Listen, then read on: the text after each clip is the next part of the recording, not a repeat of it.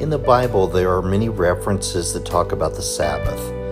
The Sabbath was a really big deal back in Jesus' time. They were very strict with rules about how you observe the Sabbath.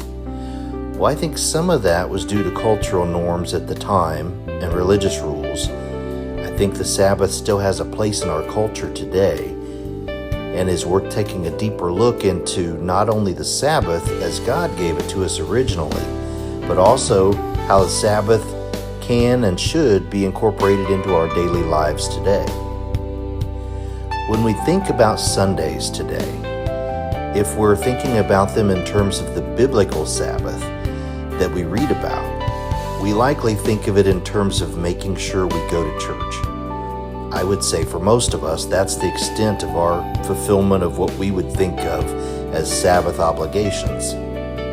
But I think that God gave us the Sabbath for reasons far beyond just going to church and honoring Him. Church is certainly important on Sundays, and I think everybody should be sure to attend, both for their own benefit and for the benefit of honoring the Lord. But I'd like to think about our society today while realizing that we're largely not honoring the Sabbath.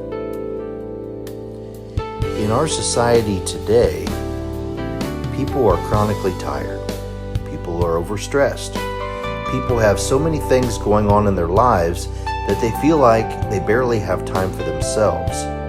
People are simply worn out, mentally, physically, and spiritually.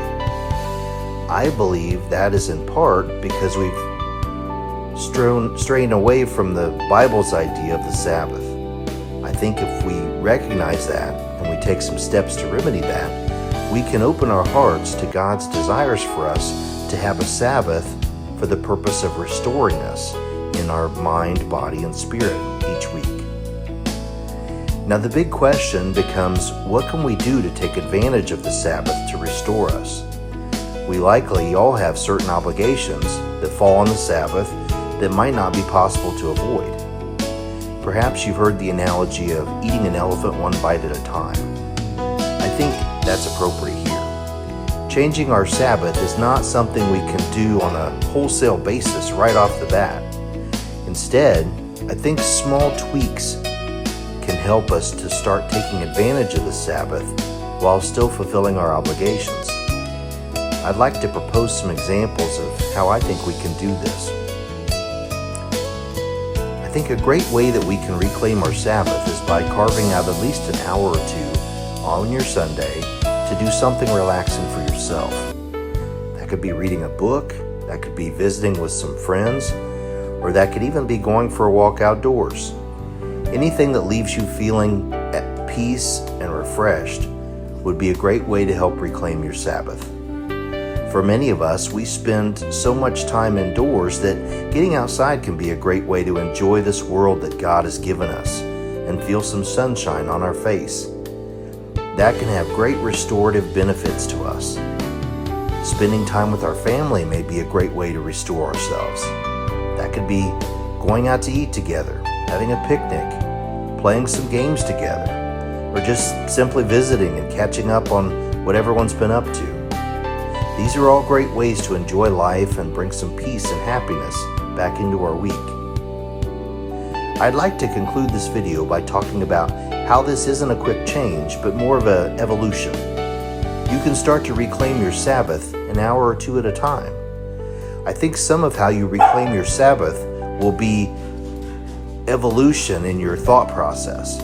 Start to free up more time during your Sabbath by bumping some things to later in the week or earlier in the week so that you free up time on your Sabbath.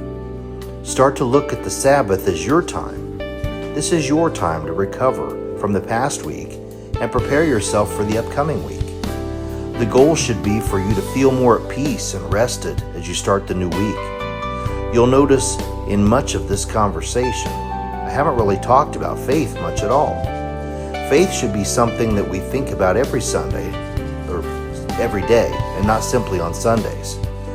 I did mention the importance of going to church on Sunday, but adding some time for spiritual reading of the Bible or prayer are good ways for us to restore our souls and prepare for the week as well.